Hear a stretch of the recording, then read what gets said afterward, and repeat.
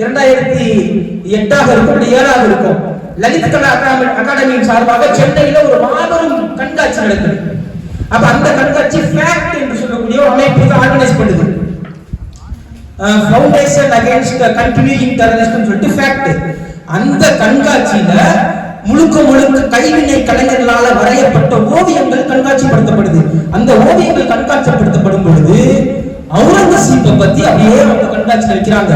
நம்ம எல்லோருக்கும் தெரிந்ததுதானே, இஸ்லாமிய வரலாறுகள் எல்லாம் திட்டமிட்டே மறுக்கப்படும், திட்டமிட்டே மறைக்கப்படும், திட்டமிட்டே திரிக்கப்படும் தானே. அப்ப அந்த அவங்க போடும் பொழுது அந்த அவுரங்கசீப்புடைய ஆட்சியுடைய கொடூரத்தை அப்படி போட்டிருக்காங்க. இந்திய முகலாய மன்னர்கள் ஆட்சியை நம்ம விமர்சிக்கும் பொழுது அதிகமாக விமர்சிக்கப்பட்டவர் அவுரங்கசீப். ஆனால் அவர் போன்று ஒரு நீளமான வளர்ச்சி ஆட்சி வழங்கியவர்கள் யாருமே இல்லைன்னு சொல்லிட்டு வரலாற்று ஆய்வாளர்கள் வரலாற்று தெளிவாக பதிவு செஞ்சிருக்காங்க. அப்ப அதை அவங்க வச்சிருக்காங்க.